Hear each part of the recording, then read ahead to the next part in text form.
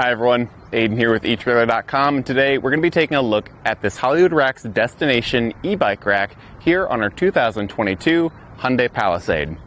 Now this is going to be a really nice e-bike rack. You're going to have things like an included ramp, so it's easy to get the bike up and down, and it's going to have a 70-pound weight capacity per bike, so that's really nice to see, something a little bit above what might be considered standard at 60 pounds. It is going to hold the bike really well here, and one thing that I think sets this apart from any other e-bike rack out there is how easy it is to tilt the rack away from the vehicle with the bikes loaded. That's a big sticking point for a lot of other e-bike racks because that's a lot of weight you have to come down with as the bike rack tilts. This one puts you in a much better position. So I'll walk kind of in between the car and the rack here, and down near the pivoting point we have a gray hand knob. Now I'm just going to loosen that up here. And once it's loose enough, I can just push it out of the way. And now, with one hand, I can just tilt the whole thing down.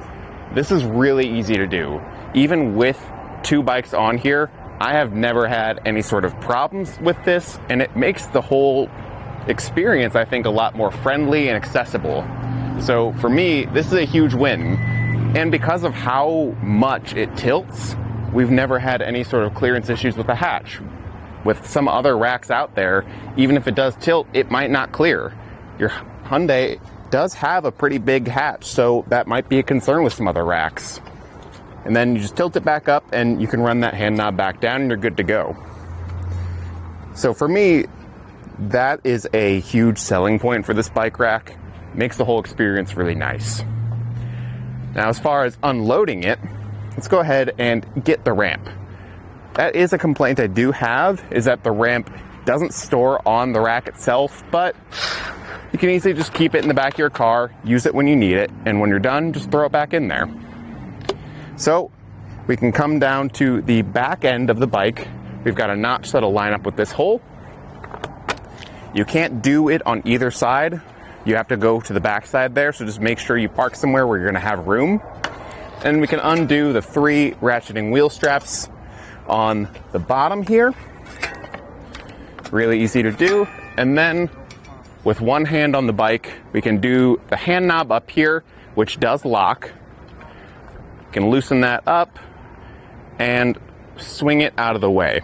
And now it's easy to just roll it right on back. I like how wide the ramp is as well. So if you do have wider tires, it's gonna be easier to keep the bike on there. So I'll just set the bike to the side here real quick. We can come back, put everything back together, and start getting some measurements. And then to store this up, just run it back into itself, tighten down that hand knob, and it's a little bit easier to store in the back of your car. I'll just set it to the side for now. And I like to just go ahead right now and get this clamp secured with the integrated hook and loop strap. And I like to also fold down the arm here. So we can do that by undoing these rubber safety straps, throwing the handles, and folding that down. Re-engaging those arms and pulling the rubber straps around just to keep them from opening on their own. Now, with it like this, let's go ahead and get some measurements. We are going to have a pretty good rise, but you see at the end, the bike rack kind of slopes downward. So at the back end, we're gonna have 16 inches of ground clearance.